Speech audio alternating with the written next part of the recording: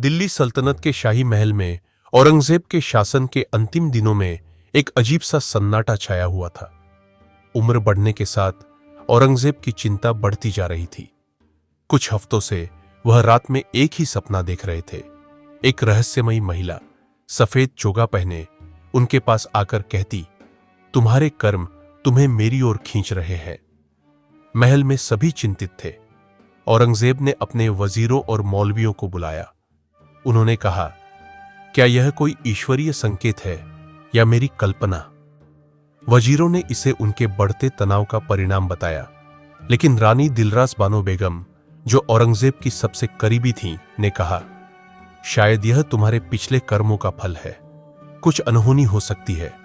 हमें दरबार के पुराने खजांची या ज्योतिषियों से परामर्श लेना चाहिए।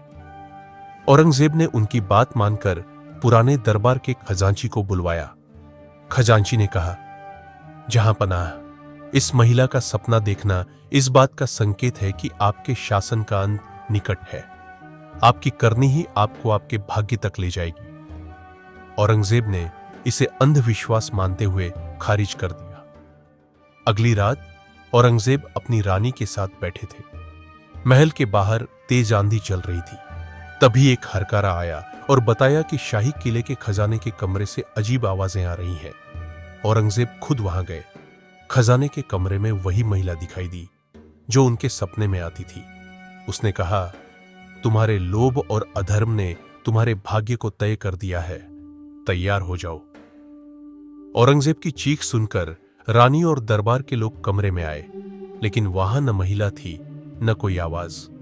अगले दिन सुबह जब सेवक और रानी उनके कमरे में गए तो औरंगजेब अपने तख्त पर मृत पाए गए। महल में चर्चा थी कि वह महिला कोई देवदूत थी जो औरंगजेब के कर्मों का हिसाब लेने आई थी, लेकिन सच क्या था यह कोई नहीं जान पाया। आज भी लाल किले के खजाने के कमरे में कुछ अजीब घटनाएं होने की बात कही जाती है।